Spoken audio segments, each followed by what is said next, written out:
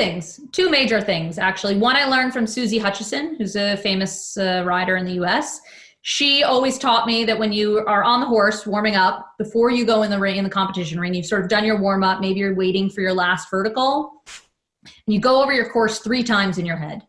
And you literally start to finish and you think about how you're going to do your beginning, which for me is always, 3 transitions: go forward, slow down, go forward, slow down, go forward, slow down, and then go to the first jump. So it's those 3 transitions, going over the course 3 times in your head, just to make sure it's really ingrained in there. And then the other thing is taking 3 very deep breaths. And I learned it in yoga. It's a breathing technique that they use in yoga, where it's a 4-second count of inhale and a 4-second count of exhale. And I do that 3 times when I'm doing sort of my final go through of going over the course these 3 times, and I'm taking these 3 deep breaths. And for me, that gets me in the mindset. And those small exercises change everything from, okay, I was in the warm up, I have my sort of plan, and now I have to go execute it. And it really takes me from the preparation to the actual execution. So I think those are my tips for getting in the mental game. The visualization, just to understand, how deep do you take the detail? How far do you go?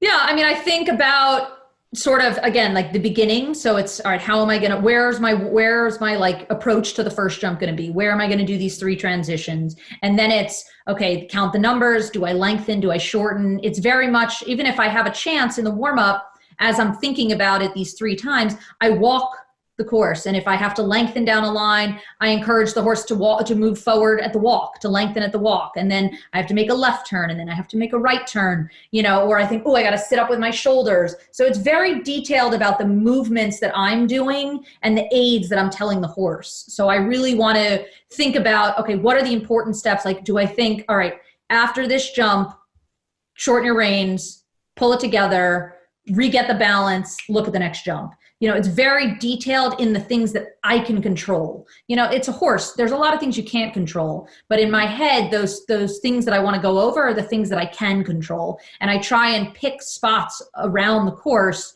to mentally say, okay, here I'm going to shorten my reins. Here I'm going to sit up. Here I'm going to make sure they're out in front of me. Here I need to make sure that I recover quickly because I got to get that shortening done in the line, those kind of things. So I go into as much detail as I can.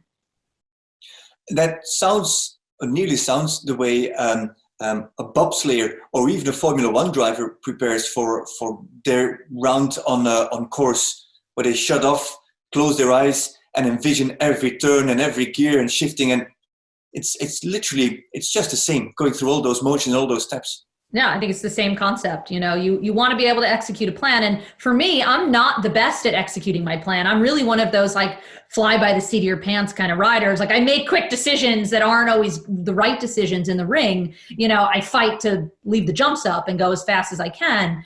But with me, sometimes I need to be able to visualize that execution to try and get it at least 90%, or because sure, maybe you don't always get it 100% to execute it the way you want. But if you can get as close as you can, the chances are, as long as your plan is good, then you're going to have a shot to actually succeed.